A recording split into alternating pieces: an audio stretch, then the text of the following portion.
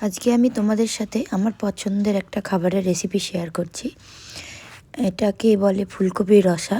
এর জন্য আমি প্রথমে ফুলকপিগুলোকে একটু বড় বড় করে কেটে নেব। ফুলকপিগুলো বড় বড় থাকলে দেখতে খেতে দুটোই সুন্দর লাগে।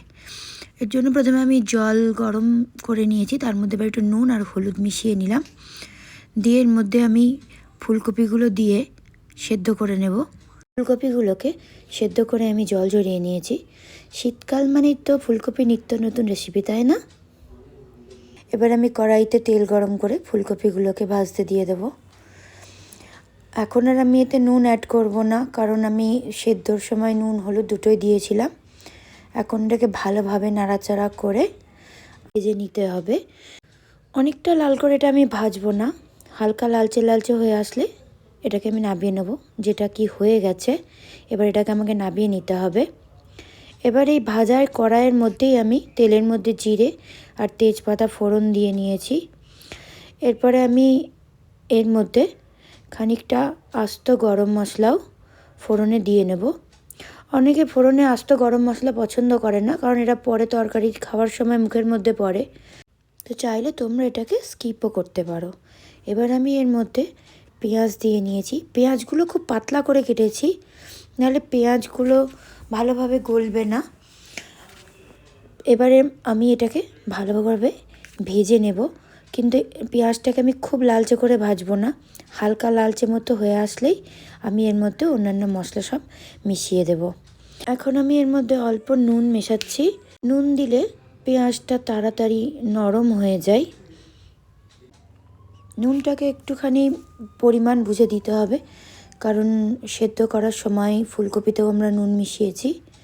এবার আমি এর মধ্যে আদা রসুনের পেস্টটা মিশিয়ে নিচ্ছি। এটাকে ভালো করে কষাতে হবে জল শুকনো পর্যন্ত।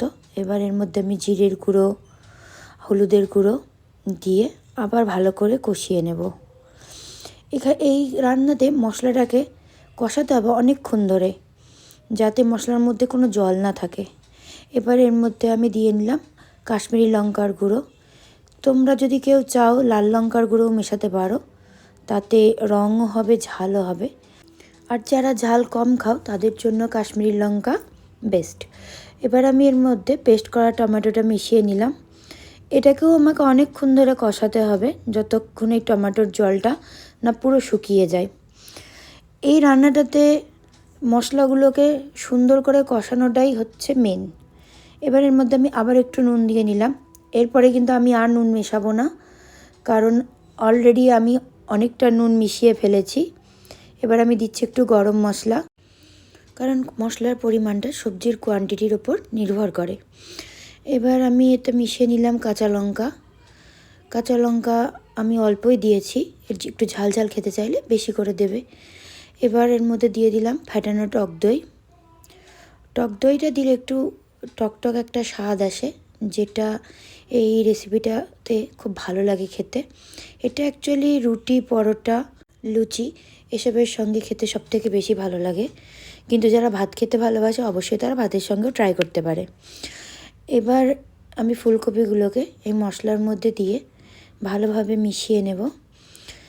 ভালোভাবে মেশানো হয়ে গেলে তারপরেই আমি এতে জল অ্যাড করব। এবার আমি এতে গরম জল অ্যাড করছি। তো কেউ চাইলে ঠান্ডা জলও দিতে পারো, কিন্তু আমার মনে হয় রান্নায় গরম জল মেশালে রান্নাটা টেস্টটা যেন অনেকটা বেশি ভালো হয়। এবার ঝোলটা ফুটে উঠেছে।